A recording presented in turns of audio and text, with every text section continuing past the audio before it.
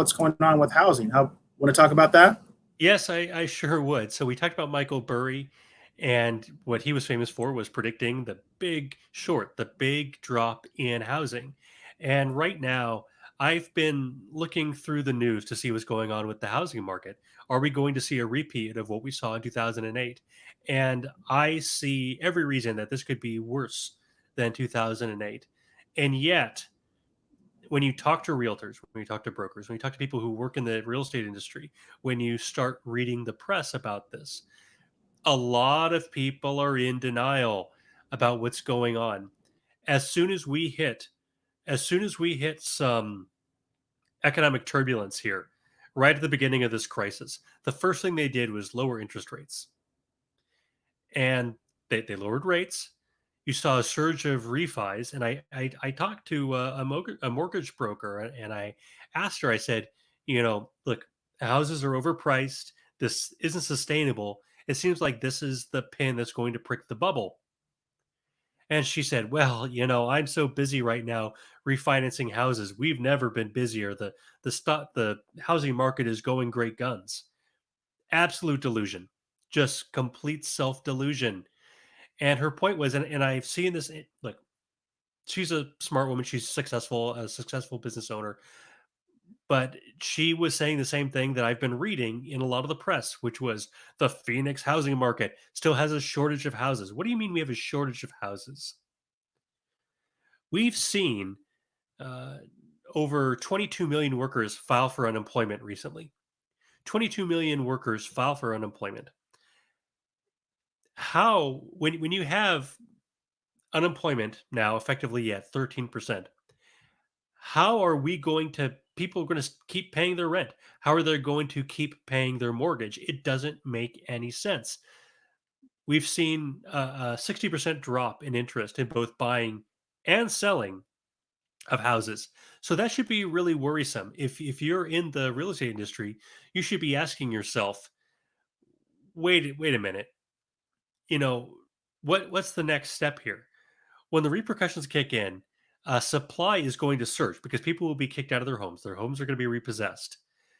And then it's going to be a buyer's market. Right now, it's still a seller's market, kind of. Nobody's wants to pull the trigger because they don't know what's going to happen with the housing market. I know what's going to happen with the housing market. We're going to see prices go back to a reasonable level. But here's a quote from Market Watch. They were interviewing people who are in the market or want to be in the market, and this guy was said, "My agent told me that when this passes, like this is just going to pass." I mean, that's already a lie right there.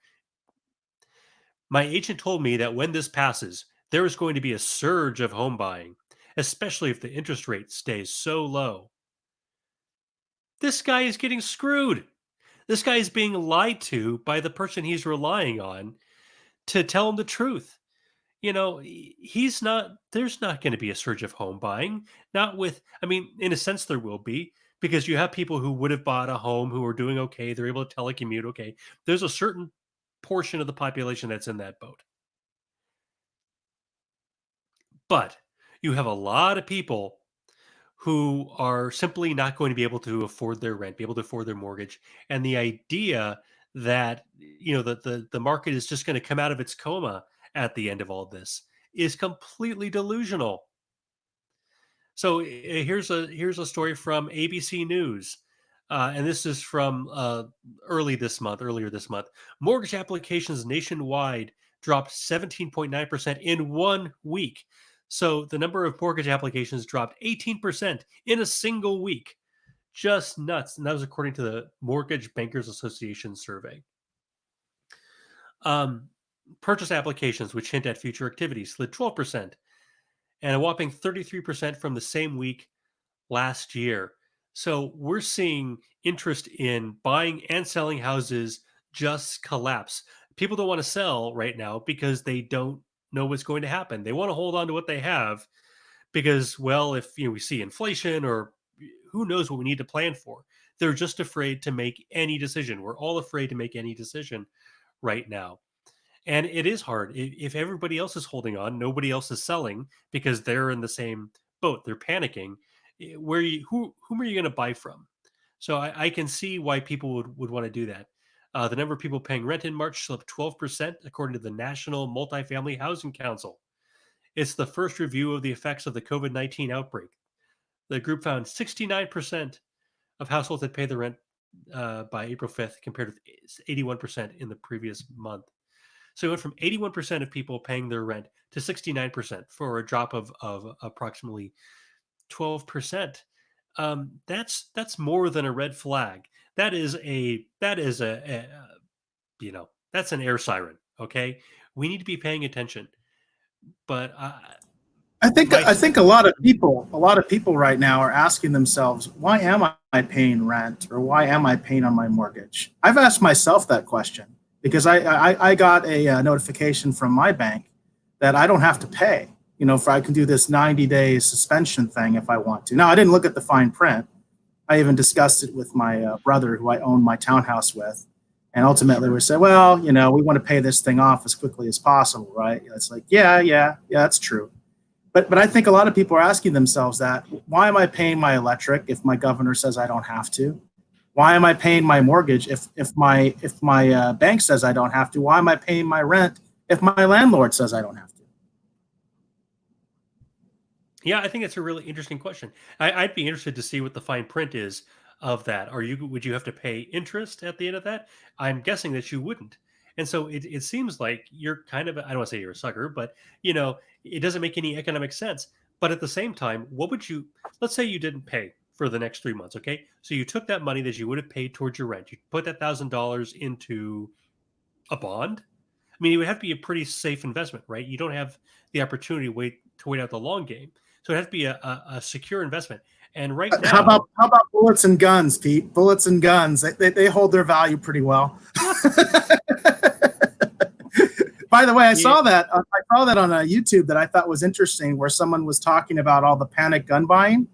And one of the things I thought was interesting, that he made the point that guns actually do hold their value quite well compared to almost any other commodity. And he wasn't even talking about self-protection. He was just talking about as an investment. I've never heard someone yeah, say that before.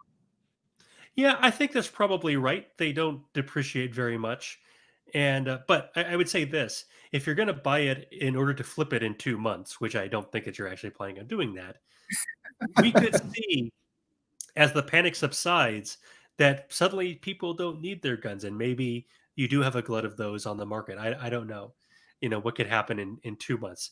So there's, like I said, there's not a lot of good short-term investments that you could make that would be for an appreciable amount. If you had a 1% return on $1,000, let's say, that's $10.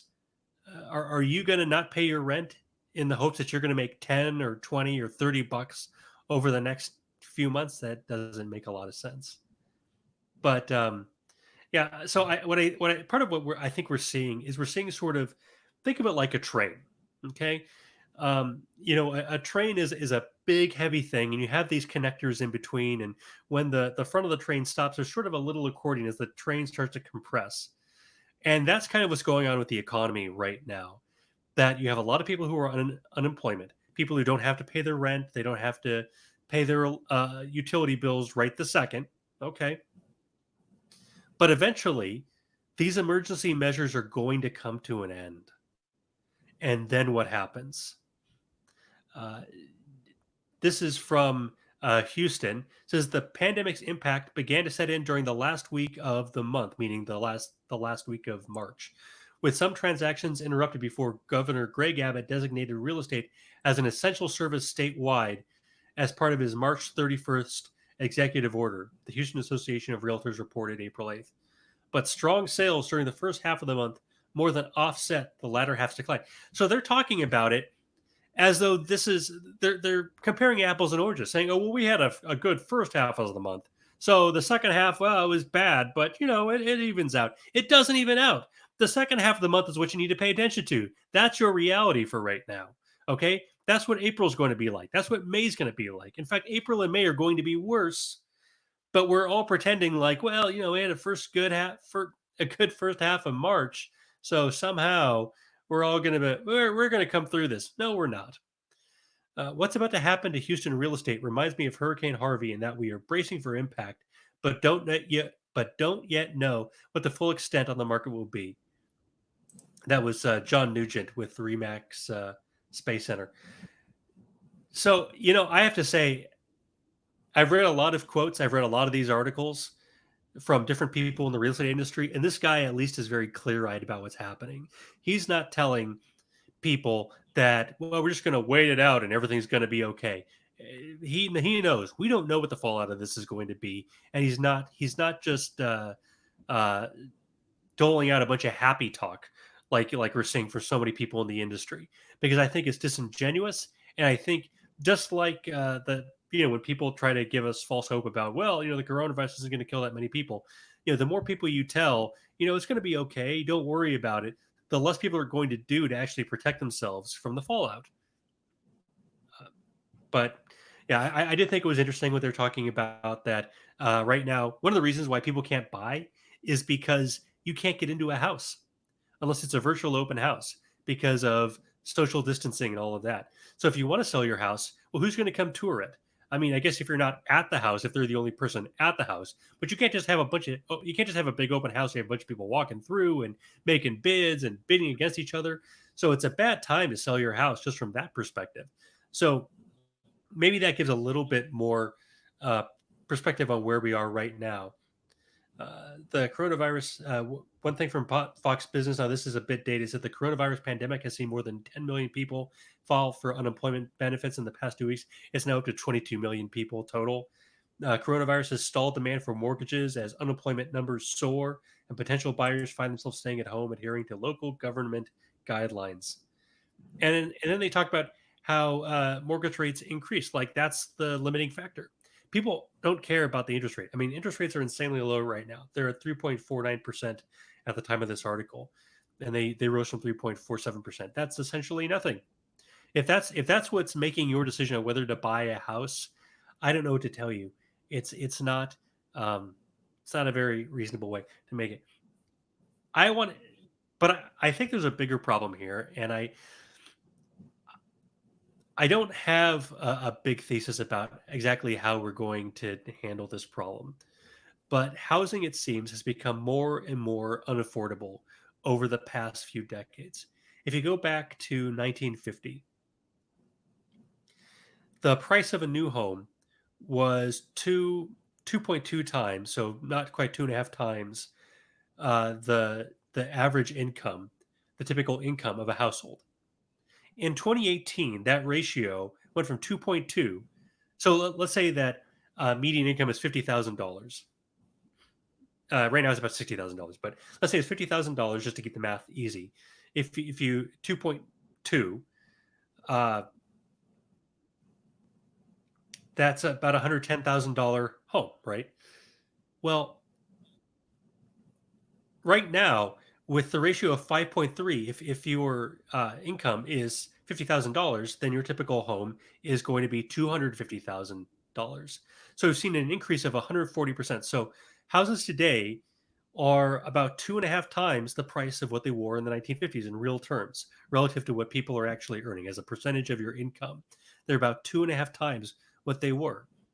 Now, every time we have a debate about how we're going to handle zoning in a city, every time we talk about what kind of economy we want to have in the United States, what kind of economic policies we want to have, everything always points to, we want the price of houses to go up, and we tell people that houses are investments. Now, if you live in a fast-growing city where the price of land is going up, that makes sense. But your house is a depreciating asset if you're just looking at it as a physical house, because obviously new house is going to be more efficient, more energy efficient.